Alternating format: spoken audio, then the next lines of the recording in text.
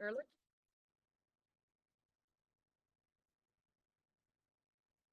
Okay. Are the other people seated with you also signed up to testify? Yeah, this is Eitan. We are 147, 151. We submitted it, but we know there are at least a couple UConn fans on this committee, and I wanted to get you guys out before. I'm watching the clock, believe me. Well, good afternoon. My name's TJ Noel Sullivan. I'm joined by my colleagues Eitan Ehrlich and Sophie Morganstern from the Hartford Film Company. And I started the Hartford Film Company 3 years ago, really because of a belief that Connecticut could be a hub for filmmaking. And my colleagues joined me here because they share that belief. And so we wanted to just share some stories. I know you guys have heard an incredible amount of statistics today about the film tax credit, but I wanted to share some stories related to it. And I think the first one really goes to the impact of 25 versus 30%, because they may just seem like numbers. So I wanted to share a real story. About a year ago, I got a call from a friend of mine who's a filmmaker, and he said, TJ, I have this script that's been fully financed. It is set in Hartford, and my producers are telling me that we're going to shoot it in Albany, New York, and pretend that Albany, New York is Hartford because they think it's cheaper. And so I said, whoa, pause the brakes. And I got on a month worth of meetings with those producers, and we went line by line through the budget and showed how the cost of shooting that movie called Ricky here in Hartford would be the same as shooting it in Albany, New York. And eventually we were able to win them over. That movie shot here in Hartford this summer. And for those of you that kept up with the news, that movie was at Sundance, the biggest film festival in the world, this January, where it won Best US Director. Now, if the current bill in front of you had been in place a year ago, that conversation would have been much different. I would have had to sit down with them and say, you know, in New York, you might get to film for 35 days. If you do it in Connecticut, you'd have to cut down to 32 because of the lower tax credit. And that would have been an uphill climb that probably would not have happened. And instead, the headlines would have been about how a movie in Albany, New York pretended that it was Hartford and went to Sundance and won an award.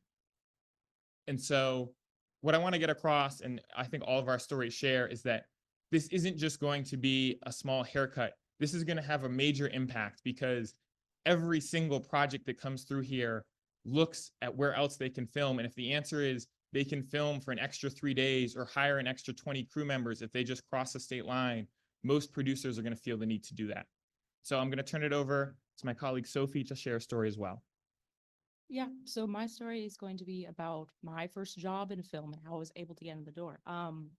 There was this film that shot about 3 years ago now, called Call Jane. And it too, like Ricky, went to Sundance. However, the difference was it was set in Chicago and in the 1960s. But Connecticut is a great filmmaking state, and we had the architecture and the wonderfully talented crew to accommodate this production. And it was because it filmed in Connecticut, I was able to work on it. It was only because of this 30% tax credit that Connecticut was even considered as an option for this production. Yes, we have our timeless scenery and incredible local talent, but without the credit, we wouldn't have even been thought of and wouldn't be the next time. We're still that same local talent, that next aspiring filmmaker like I was, may find themselves working, living, and paying taxes in another state in order to find the opportunities that they need. I'll turn it over to Eitan. Cool. Thank you to both of my coworkers, and thank you to the whole committee for hosting this hearing. My story is pretty recent. How many of you think back to your college graduation with fond memories? Well, I just graduated college at Emerson College's satellite campus in Los Angeles. Now, I was considering all of the options, all of the various ways my career could have gone, and the network that I had slowly been able to build over my summers away from Boston in Hartford, Connecticut, working in the local film industry on Midas in 2022 with Mike Furman in 2023 on an ESPN ad helped me believe in Connecticut's film industry and believe that it could grow and that I could be part of something larger than myself. And sure enough, this January, I joined the Hartford Film Company full time, and I'm really grateful for that experience. Now, this investment that I'm making personally and that my coworkers are making with the state and with the city of Hartford especially, I I mainly call on our representatives and our local leaders to make that same investment and spend the time needed to continue investing in Connecticut's future by maintaining the 30% tax credit for film productions over $1 million and to maintain the existing film tax credits for films and production companies that are eligible underneath those certain benchmarks. It's a very simple story. If you see people, all of the folks who have testified here today, making those investments, those personal investments and economic, you should make the same investment and maintain the film tax credit for years to come. So thank you very much for your time. Thank you. One quick question. What part of Connecticut passes for Chicago in 1960? A mixture. I'm a proud first district resident, and a lot of it was shot in the first district. Also West Hartford. But yeah, Charter Oak Place was, we think we filmed there for about a week on Call Jane.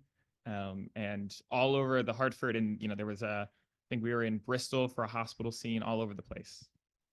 Thank you. Seeing no other more important questions. Thank you also for being here and sharing the perspective.